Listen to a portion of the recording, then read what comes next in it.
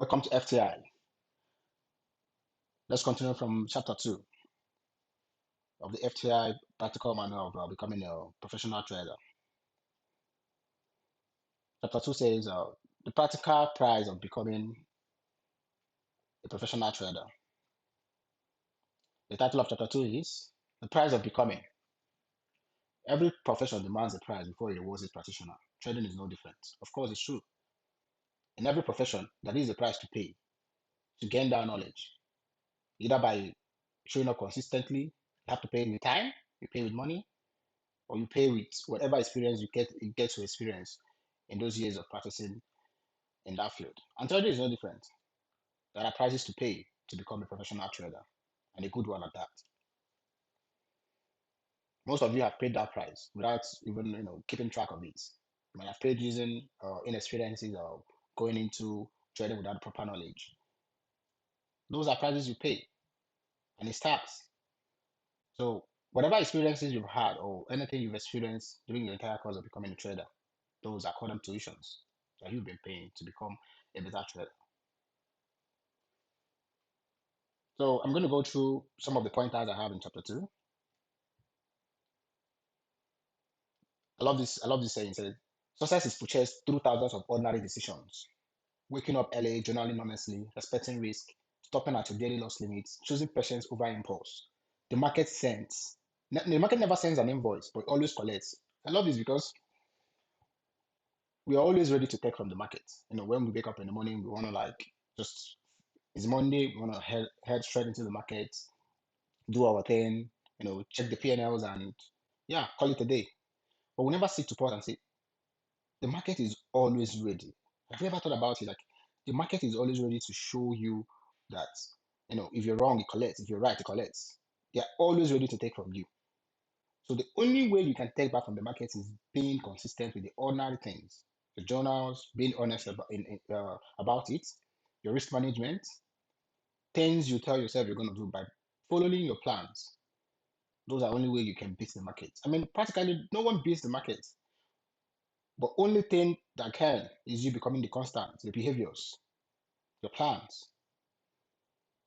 So, like you said, the market never sends an invoice. He doesn't even care about you. Like, he doesn't even give you a heads up. Hey, listen, I'm going to take this from you today. No, you're just going to see it in a flash. Ooh, it's gone. Yeah. And there's no discount too, It doesn't give you second chances. Like, oh, I fucked up. Maybe it's his first time or his our first time. Let me just give him what do you call that? A free pass or benefit of that. No, it doesn't do that. It punishes carelessness, and there are no shortcuts in the market. No matter how you want to go about it, you still come back to where you started from if you don't plan well. And trade prices every trader must pay as a day trader or as a trader entirely. I've paid that myself. Being patient, discipline, and humility. I say that you have to be patient with the market. You have to be disciplined enough to follow your plans. Build a system that will make you disciplined, that will keep you in check. And the last is humility.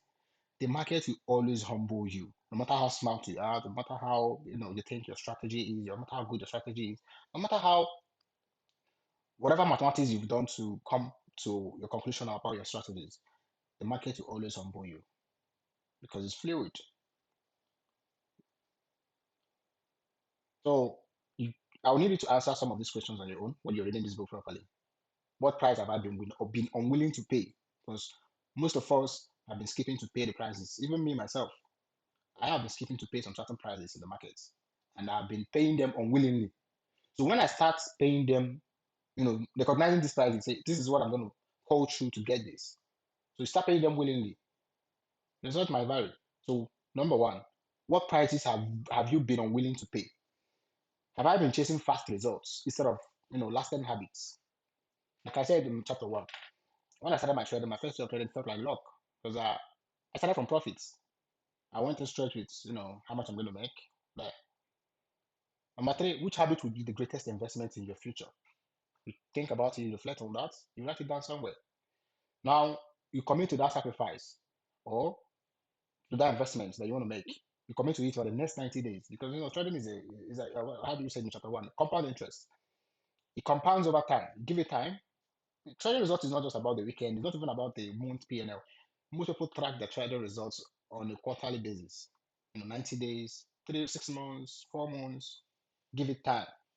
Those are the results that will show you. And remember, provided you are consistent with things that are needed to be done, no skip overs. So I'm going to leave you with this quote. That's the end of chapter 2. The market never rewards what you wish you had done. It doesn't reward that. What you're thinking in your head, oh, I should have done this, I should have. No, it rewards what you repeatedly do. You might be wrong 5 out of 10 times or 7 out of 10 times, but the 4 times you were right, you can outshine the rest of them that you weren't wrong, that you weren't right. So you need to be consistent with something.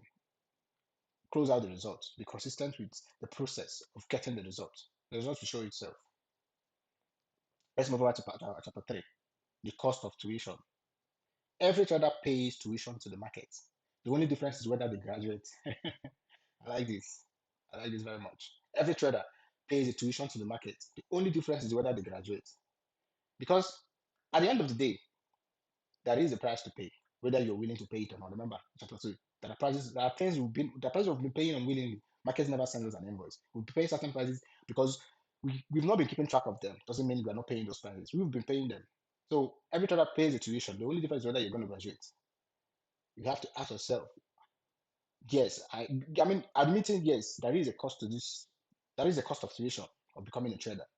I want to pay them willingly. I want to show up and pay these prices on my own terms. Remember, it's not just whether being right or wrong. How much did you make when you were right, and how much did you lose when you were wrong? Yes, it comes down to making money, but the process around it involves your ordinary day-to-day tasks, systems you built regarding your discipline.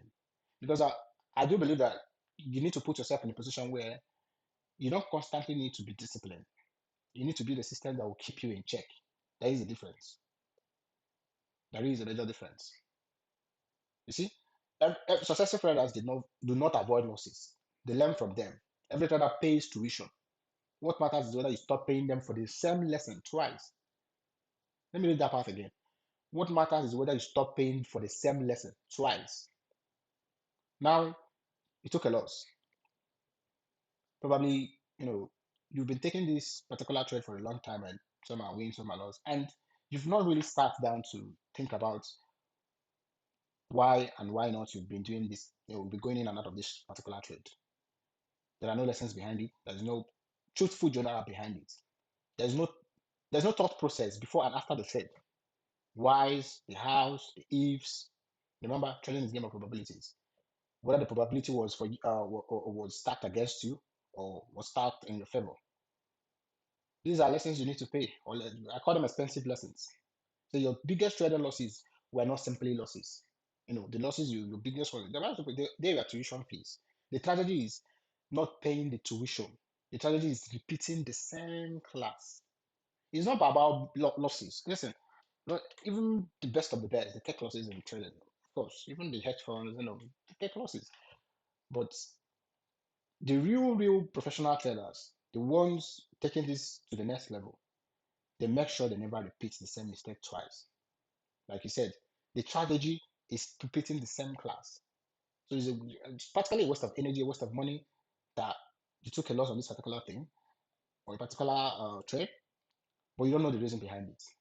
Yes, there are so many reasons why you could lose a trade. You could be in the trade with the current market right now where if a tweet might send your price to the other side. So that's different. You know the kind of trades we're talking about. The old impulsive ones, the ones you've you've grown to always go back to. You feel like I know I shouldn't have been in this trade. Those ones you beat yourself up more, but you still repeat the same mistake, like a cycle. The difference between pain and progress. Pain alone does not create growth. The honest reflection transforms painful experiences into lasting process. I love this. We've been given this story, trading is hard, trading is hard. So whenever we're experiencing a drawdown, bad times, we automatically believe just because we are going through this particular pain, we are guaranteed success. No. If you don't learn from those pain, there is no guaranteed success for you. You keep repeating, you keep being in that pain. You're just simply making that pain your identity of saying, because I'm going through this pain, I'm owed success. No, you need to take out the most important part from that pain. Yes, pain is needed for you to grow, But if you don't recognize the real tool in the pain to achieve that success, you'll keep repeating being in that cycle of pain. So you're not owed any success if you don't work on recognizing why you go through those pains. Then there is the ego tax. So every loss asks your ego to choose between defending itself or learning. Professionals sacrifice ego to protect performance. Some people take losses and they go between trying to like defend themselves and say, oh, yeah. But instead of having a deep dive integration of whys, how to improve performance, you let your ego, practically our brain is built to protect us. So whenever your brain sees you going through something like a loss, it does what it does best to protect you. But if you're someone who values performance, you need to put that aside and ask yourself some serious questions. Repeating the same year, experience without reflection is repetition. I've gone a year. Uh, Personally, I've gone a year where I've been in Jordan, and I repeated it the next year because I felt like this is an experience. These are like last one, the pain, holding on to the pain and expecting the success because you believe the pain guarantees success. No, because I didn't have a proper reflection on why I was going through or reflection on the experience that I had. You still go back repeating the cycle. It's like a hamster wheel. Simple as that. So you're gonna do when you're reading the book, you go and you do a little bit of our reflection exercise.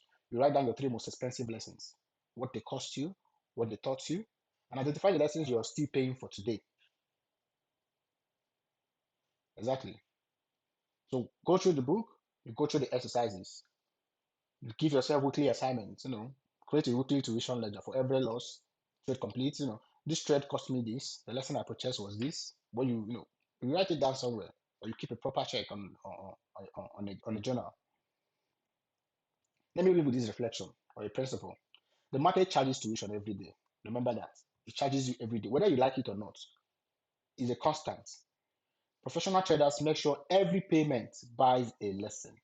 So let me say you walk into a store to buy something, or there is a price to pay for you to even walk into a store. So you okay. Let me use another example. You went to a buffet. You paid for a buffet. A buffet that is all you can eat for a certain price. Now most people will go into this buffet. That is a fixed price. But what they are taking, like the price is certain, it's constant. So you're either gonna, you know, make the money worthwhile, what you're paying for by, choosing the best of the best, or you're gonna pretend what you're paying is nothing, and you're practically giving away your money without even making the most of it. Same. Professional traders make sure every payment buys a lesson. So whenever you take a loss, whenever you're going through a drawdown, or whenever even those sometimes winnings can also be a creation of experience, creation of how can I continue winning this way? It's not just about losses. It's also about winning. You can say, yes, I like the way I executed this. How can I maintain this consistently? You see, the price has already been paid. It's been rewarded. Now I want to make sure I keep getting these rewards. You reflect on that. I'll leave you with this. Your greatest trading lessons will rarely come from the biggest new wins. They will come from the painful experiences that shapes your behavior. At a certain point as a trader, you need to. I saw this reel one time where a guy was asked, what changed? When there are these questions they asked, what are the aha moments in the trading? Or what happened? What was the point where you clicked? And most people they believe that there was no moment it clicked, it just compounded over time and results started showing. Yes. But if you really ask yourself questions, if you really reflect on that question, you will still understand that yes, there is a moment. It might not be when they ask you that question, your instinct goes to maybe your biggest win or you you're pulling in three figures, five figures, four figures, and you started pulling 10 figures. You're pulling in 5Ks a month, 10Ks a month. Then you started pulling 20Ks a month, or your first 10 to 20K, or your first 30K, or first 300K. I don't think those are your real aha moments. Your real aha moments are moments where you say to yourself, enough is enough. You got so angry and said, enough is enough. And those are the moments that shape your behavior. Because at that moment, you start changing who you are as a trader. The results will come later because you change who you are as a trader. So remember that. I'm going to leave you with this too. The market never wastes a loss. Only traders do. So when you're going into the market, go into the market as a learner.